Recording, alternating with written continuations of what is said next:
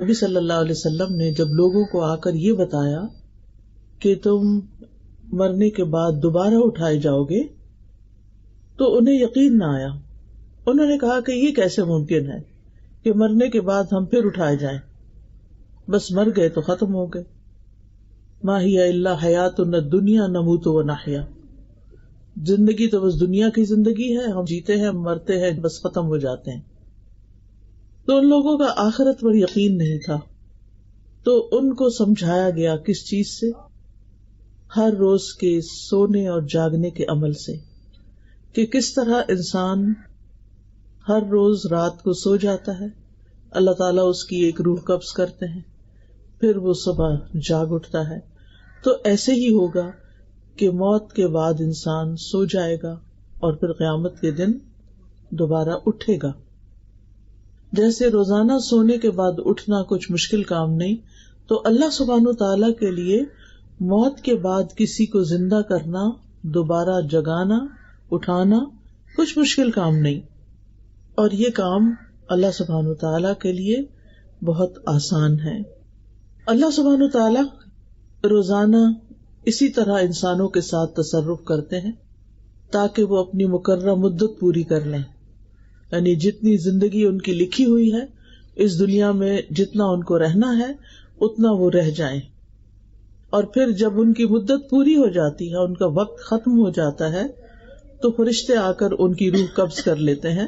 اور فرشتے اللہ تعالیٰ کا حکم ماننے میں کچھ بھی دیر نہیں کرتے، ذرا لمحے کے لیے بھی کوتاہی نہیں کرتے، اور جس وقت جس کی موت لکھی ہوتی ہے اس وقت اس کو دنیا سے لے جاتے ہیں.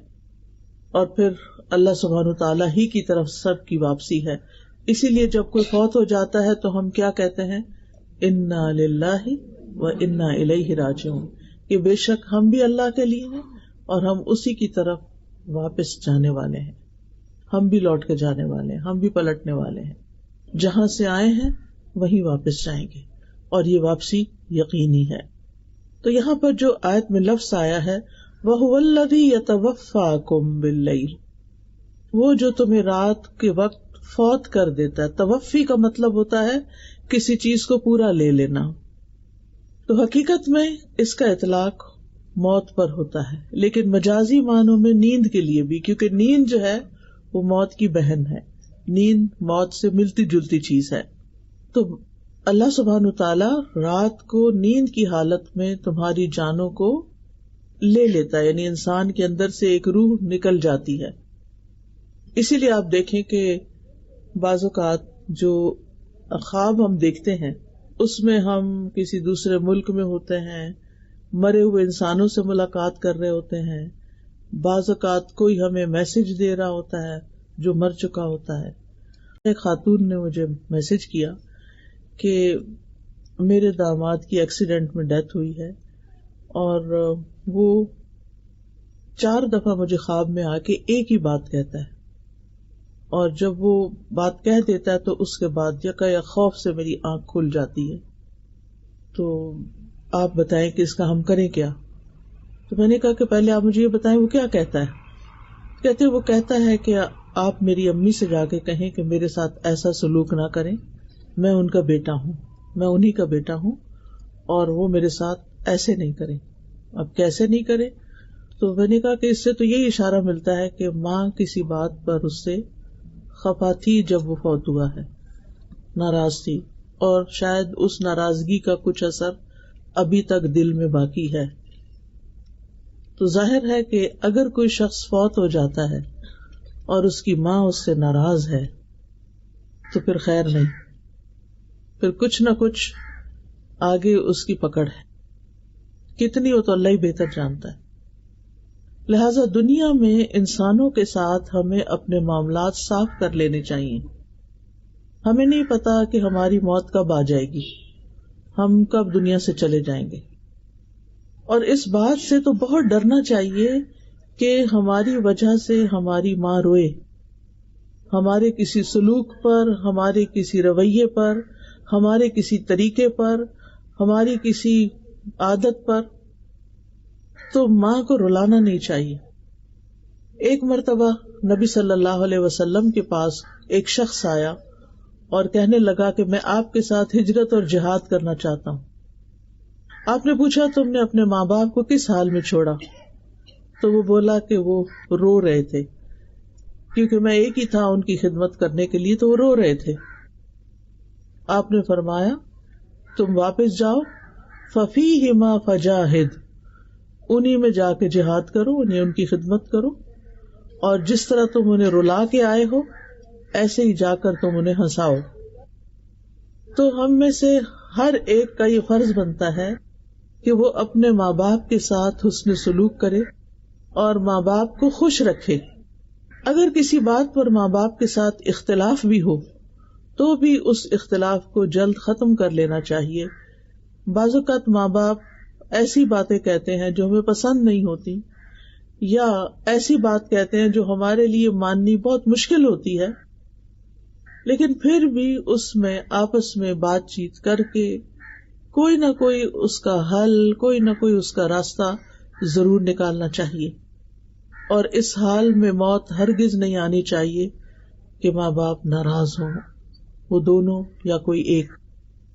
اور اگر ہم نے نادانی میں ایسا کچھ کر لیا ہے، ہم نے اپنی زندگی میں کوئی ایسے کام کیے کہ جس سے وہ خوش نہیں تھے اور وہ دنیا سے جا چکے ہیں، تو ان کے پیچھے ان کے لیے خوب خوب دعائیں کریں، ان کی بخشش کی دعائیں کریں، ان کی طرف سے صدقہ خیرات کریں، ان کے رشتہ داروں سے حسن سلوک کریں، کیونکہ والدین کے مرنے کے بعد جو ان سے حسن سلوک ہوتا ہے اس کا ایک حصہ یہ ہے کہ زندگی میں وہ جن لوگوں سے محبت کرتے تھے، جن لوگوں کا وہ خیال رکھتے تھے، ان کا خیال رکھا جائے، یعنی ان سے محبت کی جائے، ان کو پوچھا جائے.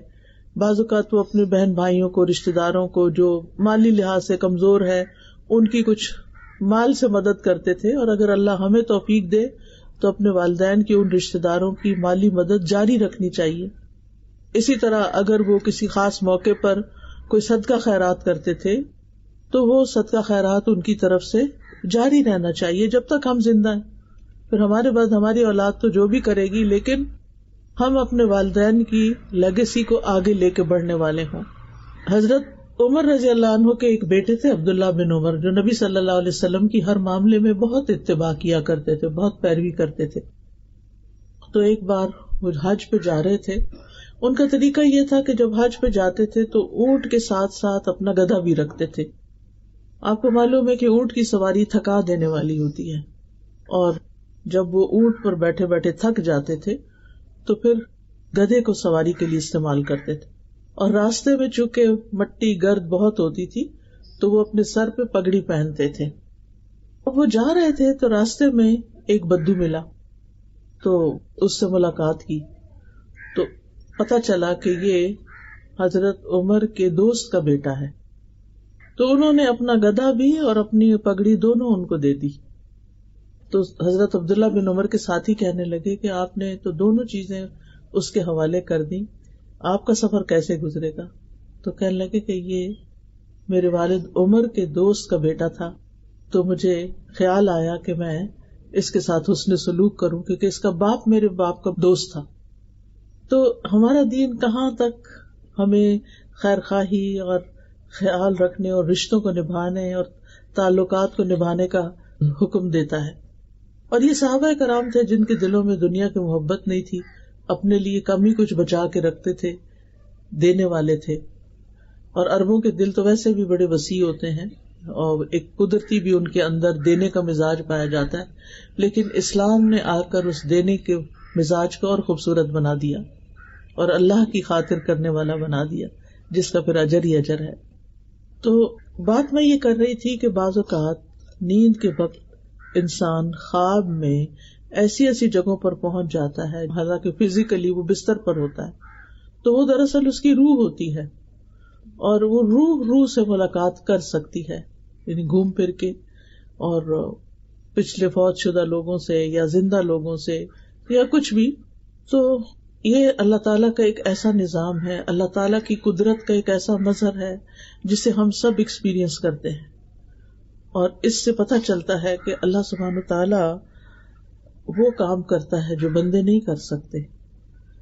یعنی اللہ تعالیٰ اگر روح لے جائے اور واپس نہ کرے تو کوئی بندہ اس روح کو ڈال نہیں سکتا، اور اگر اللہ تعالیٰ کسی کو بچانا چاہے تو کوئی کسی کو مار نہیں سکتا، وہ اس کی حفاظت کے لیے کوئی بھی رستہ نکال دے گا۔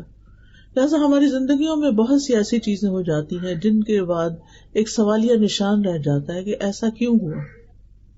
تو بات یہ ہے کہ یہ تقدیر کا ایک حصہ تھا، اللہ کا فیصلہ تھا جو پورا ہو گیا۔ اس کے پیچھے کیا حکمت تھی، کیا بہتری تھی، بعض اوقات ہمیں سمجھ میں نہیں آتا، لیکن اللہ سبحانہ وتعالی ہر چیز کا علم رکھتا ہے۔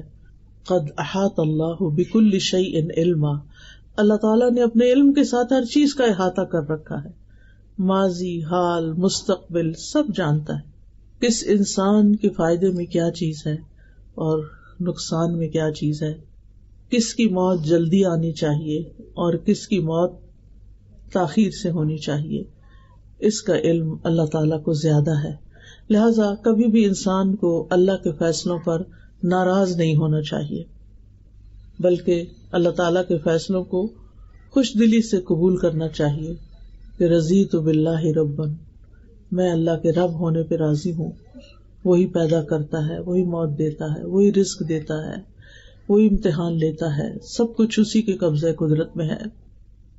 پھر اس آیت میں فرمایا وَيَعْلَمُ مَا جَرَحْتُمْ بِالنَّهَارِ، اور وہ جانتا ہے جو تم دن میں مختلف کام کرتے رہتے ہو۔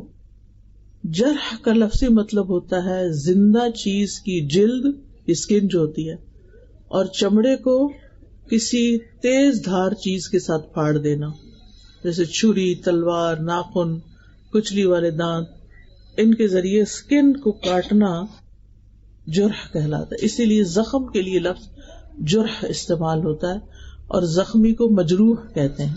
اردو میں بھی یہ لفظ استعمال ہوتا ہے مجروح۔ تو یہاں مراد اس سے ما جرحتم کا مطلب یہ نہیں کہ جو تم چیرتے پھاڑتے ہو، بلکہ مطلب یہ ہے کہ جو کام تم اپنے ہاتھ سے یا زبان سے کرتے جاتے ہو، یعنی بعض اوقات انسان کے ہاتھ بھی دوسروں کو تکلیف دیتے ہیں، اور بعض اوقات زبان تو مجروح زخمی کر ہی دیتی ہے دوسروں کو۔ یعنی جس قسم کے بھی تم کام کرتے ہو وہ سارے اللہ کے علم میں ہیں۔ ثم یبعثکم فیہ لیقضی اجل مسمی، پھر وہ تمہیں نیند کی حالت میں فوت کرنے کے بعد دن میں اس نیند سے جگا دیتا ہے، تاکہ ہر شخص اپنی وہ عمر پوری کر لے جو اللہ کے علم میں اس کے لیے مقرر کی گئی ہے، اس دنیا میں اس کے لیے مقدر کی گئی ہے۔ تو اللہ سبحانہ وتعالیٰ نے انسانوں کی تقدیر زمین آسمان کی پیدائش سے بھی 50,000 سال پہلے لکھی۔ یہ اس کا علم تھا کہ وہ کیا پیدا کرنے والا ہے، اس کو پہلے سے پتا تھا، اور وہ پیدا ہونے کے بعد کیا کرے گا، یعنی کون سی چیز کیسی ہوگی، یہ بھی اس کے علم میں تھا۔ ایک پتا بھی گرتا ہے تو وہ اللہ کے علم میں ہوتا ہے۔ تو بعض اوقات میں جب کسی درخت کو دیکھتی ہوں تو حیران ہو جاتی ہوں کہ اس کے پتوں کا ہم احاطہ نہیں کر سکتے صرف ایک درخت کے، یعنی کچھ درخت اتنے گھنے ہوتے ہیں کہ جیسے بیری کا درخت ہے یا اور بھی کئی درخت ہوتے ہیں، ٹالی وغیرہ ہوتی ہے، کہ اگر ہم ان کو گننا چاہیں نا تو ہمارے دل لگ جائیں، یعنی ان کو، اور پھر بھی شاید غلطی کر جائیں، اور یہ سارے جھڑتے ہیں اور پھر زمین میں گل مل جاتے ہیں، پھر نئے پتے آ جاتے ہیں، اور سال ہر سال تک یہی کچھ ہوتا رہتا۔ یہ سب کچھ اللہ کو پہلے سے پتا تھا کہ یہ درخت فلاں جگہ لگے گا اور اس پر ہر سال اتنے پتے آئیں گے، اس درخت کی عمر اتنے سال ہے۔ ہمیں نہیں پتا ہوتا کب یہ درخت جل جائے، ختم ہو جائے، لیکن اللہ کو پتا ہے۔ ایسے ہی انسانوں کے بارے میں ہمیں نہیں پتا ہوتا کب کس دن کس کی موت کا وقت لکھا ہے اور وہ آ جائے، لیکن اللہ کو پتا ہوتا ہے۔ تو یہ اللہ تعالیٰ کا علم ہے، اور یہاں سے یہ بات بھی پتہ چلتی ہے کہ موت کا وقت مقرر ہے، وہ آگے پیچھے نہیں کیا جا سکتا۔ ہاں یہ ضرور ہو سکتا ہے کہ کچھ اعمال جو ہیں انسان کی زندگی میں برکت پیدا کرتے ہیں، اور تھوڑے وقت میں انسان بہت کچھ کر کے چلا جاتا ہے اس دنیا سے، لیکن یہ بات یاد رکھنی چاہیے، نمبر ایک یہ کہ ہم یہاں ہمیشہ رہ نہیں سکتے اس دنیا میں، ہمیں یہاں سے جانا ہی جانا ہے، یعنی ہم میں سے ہر ایک پر موت آنی ہے۔ اور دوسری بات یہ ہے کہ موت کے بعد اللہ کے پاس جانا ہے، اللہ کو منہ دکھانا ہے۔ ثم الیہ مرجعکم، یعنی تمہارا اس دنیا میں اپنی زندگی کے پورا ہو جانے کے بعد اکیلے اللہ کی طرف لوٹ جانا ہے. ٹھیک ہے، لوٹ جانا ہے، پھر کیا ہوگا؟ ثم ینبئکم، پھر وہ تمہیں بتائے گا بما کنتم تعملون، جو کچھ تم کرتے رہے. ہم میں سے ہر ایک کو سوچنا چاہیے وہ کیا کر رہا ہے اپنی زندگی کے ساتھ. کیا وہ جو کچھ کر رہا ہے وہ اللہ تعالیٰ کی پسند کے مطابق ہے یا اللہ تعالیٰ کی ناراضگی کے مطابق؟ ہم بعض اوقات بڑے اچھے اچھے کام کر رہے ہوتے ہیں، لیکن اس سے ہمارے دل میں کبھی بھی یہ خیال نہیں آیا کہ یہ ہم اللہ کو خوش کرنے کے لیے کر رہے ہیں. ہم کر رہے ہیں کیونکہ ہمیں اچھے لگتے ہیں، وہ کام ہمارے دل کو اچھے لگتے ہیں، ہمارے نفس کے مطابق ہوتے ہیں، ہمارا پیشن ہوتے ہیں، وہ اس لیے ہم کر رہے ہوتے ہیں. لیکن ہم میں سے ہر ایک کو سوچنا چاہیے کہ جو کچھ بھی وہ کر رہا ہے وہ کس کے لیے کر رہا ہے اور اس کا بدلہ وہ کس سے چاہتا ہے. ثم ینبئکم بما کنتم تعملون. اب یہ جو بتایا جائے گا نا، تو اس سے پتہ چلتا ہے کہ ہم میں سے ہر ایک اپنا نامہ اعمال دیکھے گا، اور جب دیکھے گا تو پکار اٹھے گا ما لہذا الکتاب لا یغادر صغیرۃ ولا کبیرۃ الا احصاها. اس کتاب کو کیا ہو گیا ہے کہ اس نے نہ کوئی چھوٹی بات چھوڑی ہے نہ کوئی بڑی، مگر اس کو گن گن کے لکھ لیا ہے، شمار کر لیا ہے.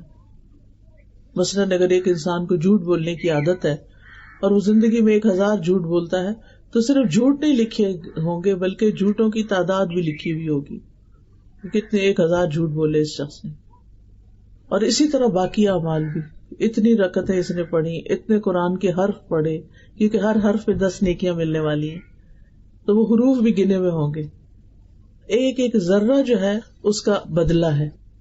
قرآن مجید میں آتا ہے ان اللہ لا یظلم مثقال ذرۃ وان تک حسنۃ یضاعفها ویؤت من لدنہ اجرا عظیما. اللہ کسی جان پر ایک ذرے جتنا بھی ظلم نہیں کرتا، ایک ڈاٹ جتنا بھی، ڈاٹ بھی بڑا ہوتا ہے، ذرہ اس سے بھی چھوٹا ہوتا ہے، اور اگر وہ ذرہ نیکی کا ہو تو اس کو وہ کئی گنا زیادہ بڑھا دیتا، ملٹی پلائی کر دیتا ہے، اور اپنے پاس سے اجر عظیم عطا کرتا ہے. یہ ہے ہمارا رب اللہ الرحمن، کہ جو ہماری نیکیوں کی اس قدر قدردانی کرتا ہے کہ بڑے اعمال تو اپنی جگہ، لیکن چھوٹا سا عمل بھی وہ قبول کرتا ہے. وہ چھوٹے سے عمل سے بھی راضی ہو جاتا ہے، اور اگر خلوص کا ذرے جتنا عمل بھی ہو تو اس کو بھی اللہ سبحانہ وتعالی بہترین اجر سے نوازے گا. وَيُؤْتِ مِن لَدُنْهُ أَجْرًا عَظِيمًا. یعنی اللہ کے پاس تو بہت کچھ ہے، اس کے خزانے تو بہت وسیع ہیں، لہٰذا وہ اپنے پاس سے انسان کو اجر عظیم عطا کرے گا. یہ اللہ کا فضل ہے، یہ اللہ کی رحمت ہے. حلال کمائی میں سے ایک لقمہ جو انسان اللہ کے راستے میں خرچ کرتا ہے، اللہ سبحانہ تعالیٰ اس کو اپنے دائیں ہاتھ سے قبول کرتا ہے، دائیں ہاتھ میں لیتا ہے، پھر اس کو بڑھاتا ہے، بڑھاتا ہے، بڑھاتا ہے، حتیٰ کہ ایک لقمہ احد پہاڑ جتنا بڑا ہو جاتا ہے. آپ میں سے کسی نے احد پہاڑ دیکھا ہوگا، تقریباً 12 میل تک اس کی رینج ہے، اور بہت ہیوی قسم کا پہاڑ ہے، بھاری قسم کا. صرف ایک مورسل، ایک لقمہ جو آپ کسی کو کھلا دیتے ہیں، بس شرط یہ ہے کہ اللہ کی خاطر کھلائیں، اور شرط یہ ہے کہ حلال کمائی میں سے ہو، کیونکہ ان اللہ طیب لا يقبل الا الطیب. اللہ تعالیٰ پاک ہے اور وہ پاک چیز کے علاوہ قبول ہی نہیں کرتا. یعنی حرام مال کو وہ قبول نہیں کرتا، مشکوک مال کو وہ قبول نہیں کرتا، پاکیزہ مال ہی کو قبول کرتا ہے جو انسان محنت سے کماتا ہے اور پھر محنت سے اپنے دل لگا کے اس کو خرچ کرتا ہے، اپنے دل کی خوشی سے اس کو آگے دیتا ہے. اور پھر صحیفوں میں تو ایک ایک چیز لکھی ہوئی ہے جسے کوئی مٹا نہیں سکتا، اور ہر چھوٹی بڑی بات کل کبیر و صغیر مستطر، ہر چھوٹی سے چھوٹی چیز اور بڑی سے بڑی چیز سطروں میں لکھی ہوئی. مستطر، سطر کہتے ہیں نا لائن کو، یعنی تحریر شدہ ہے، ریکارڈڈ ہے، لکھی ہوئی ہے. اللہ تعالیٰ فرماتے ہیں سورۃ المجادلہ میں احصاہ اللہ ونسوہ، اللہ نے انہیں گن گن کر رکھا ہے جبکہ وہ اسے بھول چکے. انسان اپنے اعمال کر کے بھول جاتا ہے، زبان سے باتیں نکال کے بھول جاتا ہے، اپنے رویوں کو فراموش کر دیتا ہے، لیکن اللہ سبحانہ وتعالیٰ اس کو نہیں بھولتا. وَهُوَ الْقَاهِرُ فَوْقَ عِبَادِهِ، اور وہ اپنے بندوں کے اوپر غالب ہے، قاہر ہے. امام راضی کہتے ہیں اس قہر کے کئی معنی ہیں. ایک معنی ہے کہ اللہ تعالیٰ اس طرح غالب ہے کہ ایک چیز کو عدم سے وجود میں لے آتا ہے، یعنی he makes something out of nothing. تو عدم سے وجود میں لانے والا صرف وہ ہے. ہم انسان جو کچھ بناتے ہیں وہ اللہ کے بنائے ہوئے چیزوں کو مولڈ کرتے رہتے ہیں، اسی کو ڈھالتے ہیں، مختلف شکلوں میں ان کو بنا لیتے ہیں. اپنے پاس سے کچھ نہیں کر سکتے کہ کوئی چیز سرے سے ہے ہی نہیں اور ہم اس کو ایجاد کر لیں.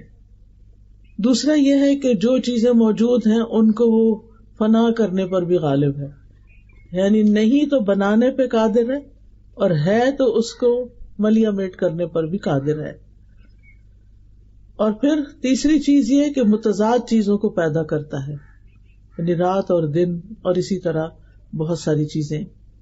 اور چوتھی بات یہ کہ وہ اپنے فیصلوں کو نافذ کرنے پہ قادر ہے، یعنی جو اس نے ڈیسائیڈ کیا ہو وہ اس کو کر لیتا ہے. یعنی انما امرہ اذا اراد شیئا ان یقول له کن فیکون، اس کو صرف کن کہنے کی ضرورت ہوتی ہے. 4 چیزوں کو اس نے اپنے ہاتھ سے بنایا، باقی سب کن کہہ کے بنایا. وہ 4 چیزیں کون سی ہیں؟ قلم، آدم علیہ السلام، جنت عدن اور عرش الہی، اور باقی چیزیں کن کہہ کے. ان 4 چیزوں کو اللہ نے بڑی عزت بخشی ہے. قلم کو عزت دی ہے، عرش کو عزت دی ہے، آدم علیہ السلام کو عزت دی ہے، اور جنت عدن کو عزت دی ہے. پھر فرمایا وَيُرْسِلُ عَلَيْكُمْ حَفَظًا، وہ تم پر نگران بھیجتا ہے، یعنی فرشتے. حفاظت کے فرشتوں کی 2 قسمیں ہیں. ایک وہ ہیں جو ہمارے جسم کی حفاظت پر مامور ہیں، بدن کی حفاظت کرتے ہیں اور اس کو گھیرے ہوئے ہوتے ہیں، اس سے شیطان کی تکلیفوں کو دور کرتے ہیں. سورۃ الرعد میں آتا ہے لَهُ مُعَقِّبَاتٌ مِّن بَيْنِ يَدَيْهِ وَمِن خَلْفِهِ يَحْفَظُونَهُ مِنْ أَمْرِ اللَّهِ، اس کے لیے اس کے سامنے سے اور اس کے پیچھے سے پہرے دار مقرر ہیں جو اللہ کے حکم سے اس کی حفاظت کرتے ہیں.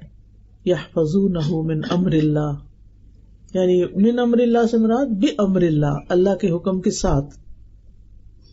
دوسرے وہ فرشتے ہیں جو انسان کے اعمال کی حفاظت پر مامور ہیں، یعنی جو ایک ایک حرکت اور ایک ایک کام پر نگاہ رکھتے ہیں اور ہر ایکشن، ہر چیز کا پورا ریکارڈ مینٹین کر رہے ہیں. جیسے کہ اللہ تعالیٰ فرماتے ہیں ام یحسبون انا لا نسمع سرهم ونجواهم بلا ورسلنا لدیہم یکتبون، کیا وہ سمجھتے ہیں کہ ہم ان کے راز اور ان کی سرگوشیاں نہیں سنتے؟ یعنی یہ جو چھپ چھپ کے باتیں کرتے ہیں ہمیں نہیں پتا؟ کیوں نہیں، ہمارے بھیجے ہوئے فرشتے ان کے پاس ہی لکھتے رہتے ہیں.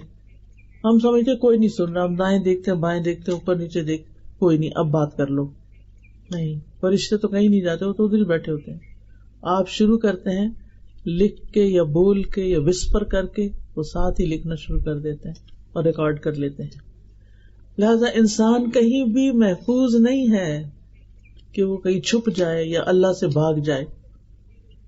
بھاگ کے دکھائے نہیں بھاگ سکتے، جانا تو اسی کے پاس ہے. کوئی موت سے نہیں بھاگ سکتا، کوئی اللہ تعالیٰ کے حضور حاضر ہونے سے نہیں بھاگ سکتا. جو بھاگے گا اس کو پکڑ کر اللہ کے حضور حاضر کر دیا جائے گا. اور ان فرشتوں کو حافظین بھی کہا گیا ہے. وَإِنَّ عَلَيْكُمْ لَحَافِظِينَ كِرَامًا كَاتِبِينَ يَعْلَمُونَ مَا تَفْعَلُونَ، اور بے شک تم پر یقیناً نگران مقرر ہیں جو معزز لکھنے والے ہیں، وہ جانتے ہیں جو کچھ تم کرتے ہو. ان کو سب پتا ہے، تمہارے کھلے چھپے ہر چیز کا انہیں علم ہے. اب سوال یہ پیدا ہوتا ہے کہ اللہ تعالیٰ نے فرشتوں کے ذریعے نامہ اعمال کیوں لکھوایا ہے؟ یعنی اللہ تعالیٰ کو اگر خود ہی پتا ہے تو پھر فرشتوں سے کیوں لکھوایا ہے؟ اس میں بندوں کے لیے شفقت اور نرمی ہے، کیونکہ جب ان کو پتا ہوگا کہ اللہ تعالیٰ خود نگرانی کر رہا ہے، اور پھر یہ کہ فرشتے بھی لکھ رہے ہیں اور ان کا نامہ اعمال تیار کر رہے ہیں، اور یہ نامہ اعمال قیامت کے دن سب لوگوں کے سامنے انہیں پیش کیا جائے گا، یا دائیں ہاتھ میں دیا جائے گا یا بائیں ہاتھ میں دیا جائے گا. تو یہ اللہ تعالیٰ کی مہربانی ہے کہ پہلے سے بتا دیا گیا ہے، اور اس طرح وہ اپنے اس نامہ اعمال کی حفاظت کرتے ہیں کہ یہ سب کے سامنے آ جائے گا تو اس کی بہت سخت شرمندگی ہوگی، تو مجھے اپنے ظاہر اور باطن کو ایک کر لینا چاہیے. یہ نہیں کہ میرے دو روپ ہوں، ڈبل فیس ہو، میں لوگوں کے سامنے کچھ ہوں، میں تنہائی میں کچھ ہوں، میں اپنوں میں کچھ اور ہوں اور کسی اور کے سامنے اور ہوں، اپنے گھر میں کچھ اور ہوں اور باہر کچھ اور ہوں. نہیں، انسان انسان ہی رہے اور لوگوں سے زیادہ اپنے رب سے ڈرنے والا ہو. پھر فرمایا حتی اذا جاء احدکم الموت توفته رسلنا، یہاں تک کہ جب ان میں سے کسی کی موت کا وقت آ جاتا ہے تو ہمارے فرشتے جو اس سلسلے میں مقرر ہیں وہ اس کو پورا پورا لے لیتے ہیں. یعنی یہ جو کرامن کاتبین ہیں یہ زندگی کی مدت ختم ہونے تک بس حفاظت کرتے ہیں، اور جب مدت ختم ہو جاتی ہے تو دوسرے فرشتے آ جاتے ہیں، ڈیوٹی چینج ہو جاتی، یہ فرشتے چلے جاتے ہیں ہمیشہ کے لیے واپس، اور وہ فرشتے آتے ہیں جنہیں انسان کو فوت کرنے کا کام دیا گیا، وہ فوراً حاضر ہو جاتے ہیں، اور ان کا سردار ملک الموت کہلاتا ہے. جب موت کا وقت آتا ہے تو فرشتے دور تک حد نگاہ نظر آنے لگتے ہیں انسان کو. آپ نے دیکھا ہوگا کہ کئی مریض یہ بھی کہتے ہیں کہ بہت لوگ آ گئے ہیں، جگہ بناؤ، کھڑکی کھول دو، دروازہ کھول دو، پیچھے ہٹ جاؤ، جگہ بناؤ. یہ اکثر سننے کو ملتا ہے، یعنی مرنے والا اس طرح کی باتیں کر رہا ہوتا ہے. تو مومن کی روح جب فرشتے لینے آتے تو حد نگاہ تک فرشتے، اور وہ نورانی چہروں والے ہوتے ہیں، خوبصورت فرشتے ہوتے ہیں، جس کی وجہ سے میت کو ایک اطمینان ہو جاتا ہے. پھر ملک الموت آتے ہیں اور وہ فرشتوں کے سردار ہیں جو موت کا کام کرتے ہیں، اور وہ اس کے سرہانے کے پاس بیٹھ جاتے ہیں اور کہتے ہیں یا ایتھا النفس المطمئنہ ارجعی الی ربک راضیۃ مرضیہ فادخلی فی عبادی وادخلی جنتی ایھا الروح الطیب اخرجی من جسد طیب. اے پاک روح، پاکیزہ جسم سے باہر آ جاؤ. اور وہ روح ان کے کہنے پر ایسے باہر آ جاتی ہے جیسے پانی کا قطرہ کسی بوتل میں سے باہر نکل جائے، آسانی کے ساتھ، کیونکہ اس کو رب کی ملاقات کی بشارت مل چکی ہوتی ہے کہ رب راضی ہے تم سے. تو وہ خوش ہو جاتی ہے کہ اب آگے مشکل نہیں ہے، اب جانا چاہیے. پھر اس کو دنیا سے زیادہ آخرت کی محبت لگ جاتی ہے. تو ایسے بندے سے اللہ تعالیٰ بھی ملنا چاہتا ہے جو اللہ کی ملاقات کی خواہش رکھتا ہو. ابن عباس کہتے ہیں کہ بہت سے فرشتے ملک الموت کے معاون ہیں، لہذا جو ہی روح نکلتی ہے تو ملک الموت روح نکال کے لے کے فوراً فرشتوں کے حوالے کر دیتے ہیں. پھر وہ جو نیک شخص ہوتا ہے اس کے لیے جنت سے کفن آتا ہے، روح کے لیے الگ کفن ہوتا ہے، اور جنت کی خوشبو حنوت بھی لاتے ہیں، اس کا نام حنوت ہے، حانون واو توئے. تو وہ اس خوشبودار کفن میں اس کی روح لپیٹتے ہیں اور اس کو لے جاتے ہیں فوراً، یعنی فرشتے اس کو لے کے آگے چل پڑتے، آسمانوں کی طرف جاتے ہیں. جہاں جہاں سے فرشتے گزرتے ہیں اس روح کو لے کر، تو فرشتوں کا کوئی بھی گروہ جو راستے میں نظر آتا ہے وہ پوچھتا ہے کہ یہ کون پاکیزہ روح ہے، یعنی اس کی خوشبو کی وجہ سے اور اس کے احترام کی وجہ سے تو پتہ چلتا ہے کہ یہ تو فلاں جو دنیا میں اس کا سب سے اچھا نام تھا، عزت سے جس نام سے اس کو بلایا جاتا تھا اس نام کے ساتھ بتایا جاتا ہے کہ فلاں کی روح جا رہی. حتیٰ کہ وہ پہلے آسمان تک پہنچتی ہے، پھر وہ دروازہ کھٹکھٹاتے ہیں، پھر وہ پوچھتے ہیں کہ کون ہے، تو بتایا جاتا ہے کہ فلاں کی روح ہے، پھر اس دروازہ کھول دیا جاتا ہے، اور کرتے کرتے اس طرح 7ویں آسمان پہ پہنچ جاتی ہے، علیین میں، اعلیٰ علیین میں پہنچ جاتی. تو بہرحال دنیا میں جسم کو نہلایا دھلایا جاتا ہے اور پھر قبر میں لٹایا جاتا ہے، اور پھر اس کی روح واپس آتی ہے اس کے جسم میں، اور پھر حساب کتاب ہوتا ہے. وَهُمْ لَا يُفَرِّطُونَ، اور وہ روح نکالنے میں کوئی کمی نہیں کرتے، یعنی وقت مقرر سے پہلے نہیں جاتے اور موت کا وقت پورا ہونے کے بعد تاخیر نہیں کرتے، یعنی اپنی ڈیوٹی پرفیکٹلی انجام دیتے ہیں، کوئی کوتاہی نہیں کرتے، نہ پہلے جاتے نہ لیٹ جاتے، عین ٹائم پر. اور پھر یہ بھی مانا کیا گیا ہے کہ روح کو اس کے مقام تک پہنچانے میں کوئی کمی نہیں کرتے.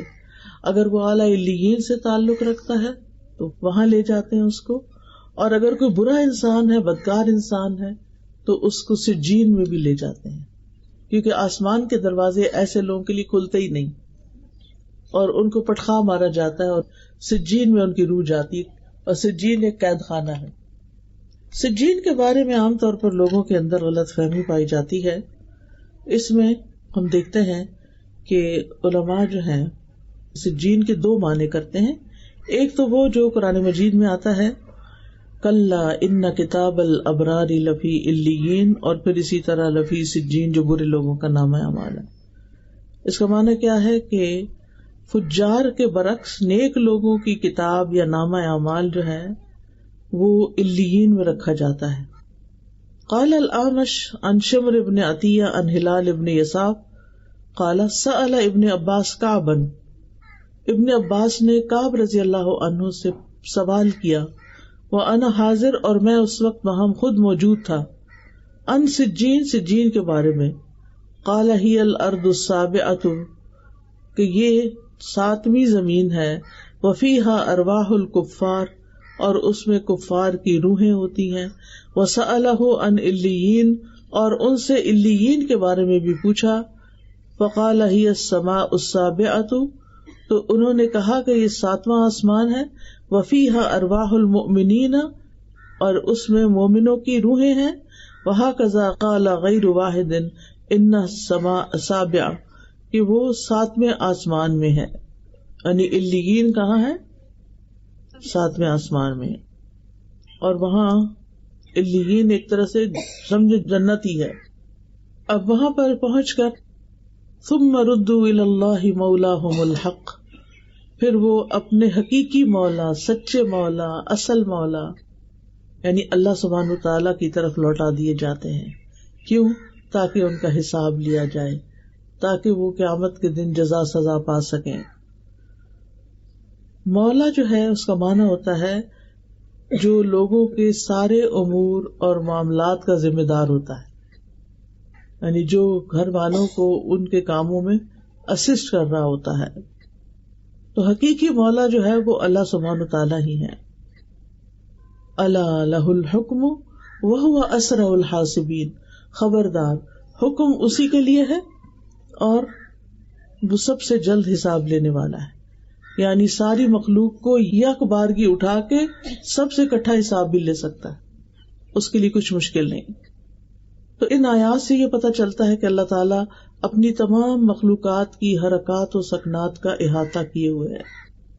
پھر یہ کہ سونا اور جاگنا اللہ کی بنائی ہوئی آخرت کی یاد دلاتا ہے، اور یہ یاد آنی چاہیے. پھر یہ کہ ہمیں موت کی تیاری کرنی چاہیے، موت کو یاد رکھنا چاہیے. ہر نماز میں اپنی موت کو یاد رکھیں، اس سے نماز میں خشوع و خضوع آئے گا. پھر موت کی حقیقت پہچاننے کے لیے دوسری مصیبتیں ہلکی ہو جاتی ہیں، اور کسی کی موت کی خبر سن کے اپنی موت کے بارے میں ضرور سوچیں. یہ نہ سوچیں کہ ہمارا تو اس سے تعلق کوئی نہیں، وہ تو دوسرا خاندان ہے اور اس کو کووڈ-19 کی ویکسین سوٹ نہیں کی، لہٰذا اس پر تو یہ مسئلہ ہو گیا اور ایسے فوت ہو گیا، تو ہماری تو ابھی نہیں باری. نہیں، کسی کو نہیں پتا کون لائن کے کس نمبر پر ہے. اور پھر یہ ہے کہ موت کو ناپسند نہیں کرنا چاہیے، بلکہ اچھے کام کرنا چاہیے، تاکہ موت کے وقت جو ہماری زندگی ہے وہ خوبصورت ہو. کیونکہ ہر ایک نے مرنا ہے، موت کا فرشتہ بھی مقرر ہے، موت سے فرار ممکن نہیں، موت سے کوئی بھی بچنے والا نہیں. یعنی کوئی یہ نہیں کہہ سکتا کہ میں بچ جاؤں گا، فلاں میں نے دوائی ایجاد کر لیا اور وہ کھا لوں گا اور کبھی موت نہیں آئے گی مجھ پر، ایسا نہیں ہو سکتا. پھر یہ کہ موت کا وقت اور جگہ بھی مقرر ہے. پھر یہ بھی یاد رکھنا چاہیے کہ موت کی سختیاں بھی ہیں. کلا اذا بلغت التراقی وقیل من راق وظن انہ الفراق والتفت الساق بالساق. ہرگز نہیں، وہ وقت یاد کرو جب جان ہنسلیوں تک پہنچ جائے گی اور کہا جائے گا ہے کوئی دم کرنے والا، دم جھاڑ کرنے والا، اور وہ یقین کر لے گا کہ یقیناً جدائی کا وقت آ گیا ہے، پنڈلی پنڈلی کے ساتھ لپٹ جائے گی، اس دن تیرے رب ہی کی طرف روانگی کا وقت ہے. انبیاء علیہ السلام کو بھی موت کی شدت محسوس ہوئی تھی. اب یہ ہے کہ اگر کوئی اپنے قریبی لوگوں میں سے فوت ہو جائے تو کیا کرنا چاہیے؟ خبر سنتے ہی پہلے الفاظ انا للہ و انا الیہ راجعون پڑھنے چاہیے. پھر اس شخص کے لیے دعا کرنی چاہیے، لواحقین کے لیے دعا کرنی چاہیے، زبان سے رب کو راضی کرنے والے کلمات ہی کہنے چاہیے. یعنی ایسی باتیں نہیں کرنی چاہیے کہ جس سے اللہ تعالیٰ ناراض ہو. اللہ کی ناراضگی کے جملے نہیں بولتے. اللہ سبحانہ تعالیٰ کی تعریف کرنی چاہیے، صبر کرنا چاہیے. حدیث میں آتا ہے کہ صدمے کی پہلی چوٹ پر صبر کرنا، یعنی اصل صبر کیا ہے؟ جب چوٹ لگے تو اس وقت صبر کرے انسان. یہ نہیں کہ پہلے رونا دھونا مچا لے، چیخ چلا لے، پھر بعد میں کہ میں نے اب صبر کر لیا. وہ تو سب کو ہی آ جاتا ہے. یہ یاد رکھنا چاہیے کہ صبر کرنے سے اجر مل جائے گا. انما یوفی الصابرون اجرہم بغیر حساب. اور بے صبری کرنے سے کچھ بھی نہیں ملے گا، بلکہ اگر بے صبری میں اللہ تعالیٰ کی ناراضگی کے کلمات منہ سے نکل گئے تو الٹا شامت آ جائے گی. پھر یہ کہ ایک دوسرے کو صبر کی تلقین کرنی چاہیے. غم کے موقع پہ جزا فضا نہیں کرنی چاہیے، نوحہ نہیں کرنا چاہیے. پھر میت کے پاس خیر والے کلمات بولیں، اس کی خوبیوں کا ذکر کریں، اس کی اچھی صفات کا ذکر کریں، کیونکہ وہ اس کے حق میں لکھے جاتے ہیں. اور اگر اس کے بارے میں بری باتیں کی جائے تو وہ بھی لکھی جاتی ہیں جن پر اس کو سزا ہو سکتی ہے. پھر جلد کفنانے دفنانے کا انتظام کرنا چاہیے. میت کے اوپر اگر قرض ہو پہلے اس کا قرض ادا کر دیا جائے. پھر قریبی رشتہ داروں کو میت کا غسل دینا چاہیے بیری کے پانی سے. سفید اور اچھا کفن پہنانا چاہیے، ریشمی نہیں، کاٹن کا ہو. پھر جو میت کو کفن پہنائے اللہ سبحانہ تعالیٰ اسے قیامت کے دن سندس کا لباس پہنائے گا. جو خرچہ کرے گا وہ پہنائے گا اپنی طرف سے. پھر یہ کہ عورتوں کو جنازے کے ساتھ نہیں جانا چاہیے. پھر دفنانے کے بعد رک کے میت کی بخشش کی دعا کرنی چاہیے. اور رشتہ داروں کو تو بعد میں ہر روز خود اپنی نمازوں کے بعد دعا کر لینی چاہیے، کیونکہ میت کو سب سے زیادہ بخشش کی دعا چاہیے ہوتی ہے. حدیث میں آتا ہے نبی صلی اللہ علیہ وسلم جب میت کو دفن کر کے فارغ ہو جاتے تو اس کی قبر پر رکتے اور فرماتے اپنے بھائی کے لیے استغفار کرو. پھر اولاد کی دعا جو ہے وہ والد کے حق میں قبول ہوتی ہے. اولاد کی دعا میت کی یعنی اپنے والدین کی درجات کی بلندی کا باعث بھی ہوتی ہے. 3 اعمال کے علاوہ باقی اعمال کے سلسلے ختم ہو جاتے ہیں. صدقہ جاریہ، یا وہ علم جس سے نفع اٹھایا جا رہا ہے، یا وہ نیک اولاد جو اس کے لیے پیچھے سے دعائیں کرے، بس. پھر خیر کا کوئی کام بھی اس کی طرف سے کیا جائے گا تو اس کو ثواب ملے گا انشاءاللہ. پھر میت کی طرف سے صدقہ بھی کرنا چاہیے. اس میں حضرت عائشہ سے روایت ہے کہ ایک آدمی نے پوچھا کہ میری ماں صدقہ کرنا بہت پسند کرتی تھی، اگر میں اس کی طرف سے کروں تو کیا مجھے فائدہ ہوگا؟ تو آپ نے فرمایا ہاں. ابن عباس کہتے ہیں کہ سعد بن عبادہ کی والدہ ان کی غیر موجودگی میں فوت ہو گئی. انہوں نے عرض کیا اللہ کے رسول صلی اللہ علیہ وسلم میری والدہ فوت ہو گئی اور میں موجود نہیں تھا، کیا ان کی طرف سے میرا صدقہ کرنا ان کو فائدہ دے گا؟ آپ نے فرمایا ہاں. تو سعد نے کہا میں آپ کو گواہ بناتا ہوں کہ میرا پھلدار باغ ان کی طرف سے صدقہ ہے. پھر میت کے چھٹے ہوئے روزے رکھنے چاہیے جو ان کے وارثین وغیرہ ہوں. پھر میت کی طرف سے ہو ممکن تو حج بھی کیا جائے. اور پھر یہ کہ دعا میں اللہ تعالیٰ نے بہت فائدہ رکھا ہے. دعائیں خوب کرنی چاہیے آخرت کی کامیابی کے لیے، امتحان میں ثابت قدمی کے لیے. کیونکہ انسان جیسے دنیا میں بھی نروس ہو جاتا ہے نا امتحان میں، تو آخرت کا امتحان تو اس سے بھی سخت ہے. تو اللہ تعالیٰ ان لوگوں کو ثابت قدمی عطا فرمائے گا جو نیک باتوں کے ساتھ اس دنیا میں ثابت قدم رہتے ہیں. یثبت اللہ الذین آمنوا بالقول الثابت فی الحیات الدنیا وفی الآخرہ. تو اللہ تعالیٰ سے دعا ہے کہ وہ ہمیں ہدایت کے راستے پر ثابت قدمی عطا فرمائے تاکہ جب ہم اس سے ملیں تو وہ ہم سے راضی ہو جائیں. وآخر دعوانا ان الحمد للہ رب العالمین.